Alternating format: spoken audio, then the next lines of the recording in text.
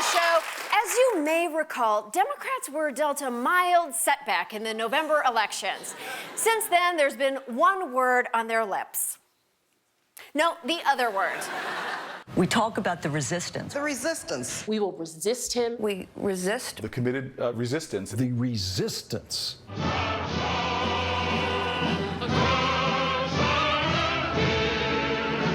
Ah, vive la hashtag résistance!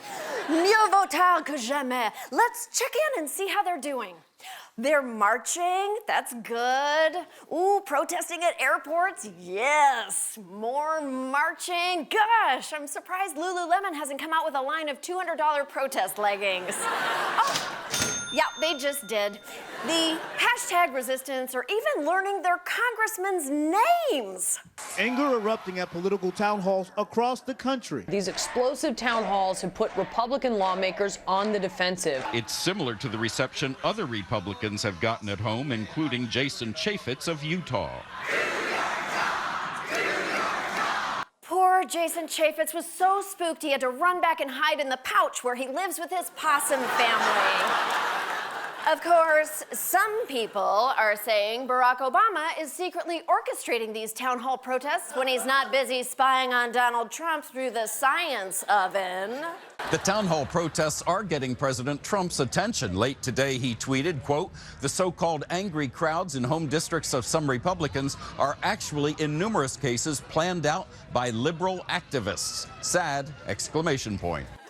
I can't believe I went to journalism school for this. Semicolon, I quit, period.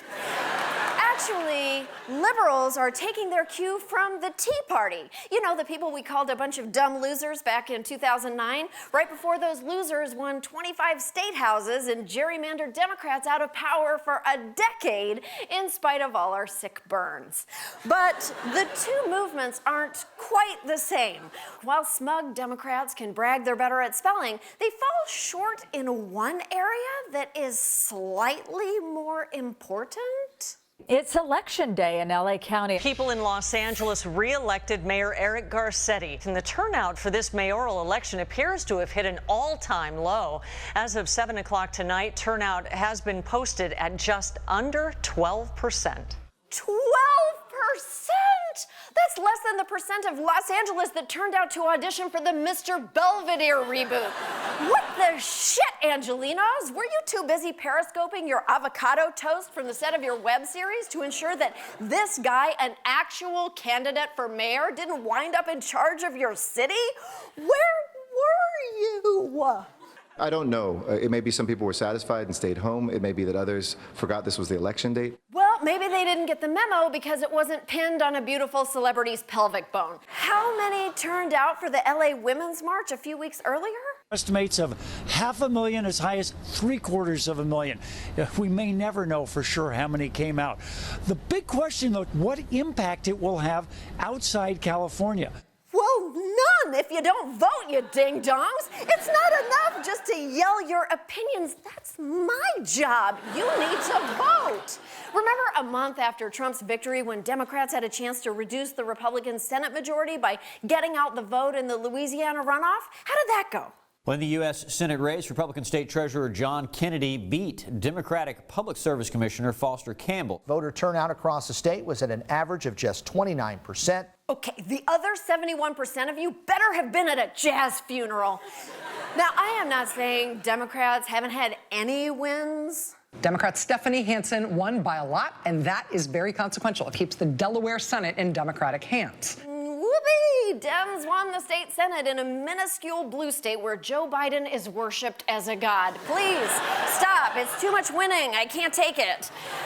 But it's better than some of the other victories they're psyched about. Democrats lost an election this week in Minnesota, and they're super excited about it. This week, they voted for their Republican candidate for state rep there.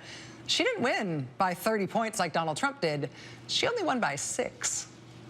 And if you're a Democrat, that's called hope. That's called progress. That is called losing. I would like to take back all the times I defended liberal snowflakes against the charge that they crave participation trophies because apparently they love them. For all their passion and earnestness and mad crafting skills, Democrats suck at voting, especially when it counts the most. But the first step is admitting you have a problem. How's that going? So I think that, frankly, the Democratic Party is in a very sound position right now. These are great days. We got Democrats who are going to crawl on their knees over broken glass to come vote every chance they get. Well, that is good to hear because that is actually Jeff Sessions' new voting regulation for majority black districts. And the good news is you don't have to wait till 2018. There are special congressional elections happening right now. If you live in Wichita, get out and vote for Democrat James Thompson. If you're in South Carolina's 5th district, you can vote for Archie Parnell. My name is Archie Parnell, and I know a lot about budgets. It's one of the reasons I fell in love with him. I'm kidding.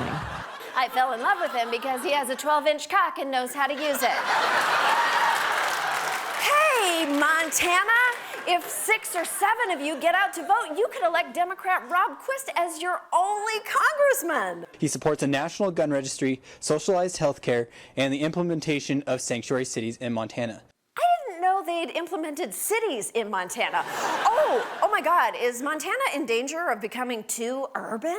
He's a 45 caliber man. He'll protect our public lands. He's a 45 caliber man. Nope.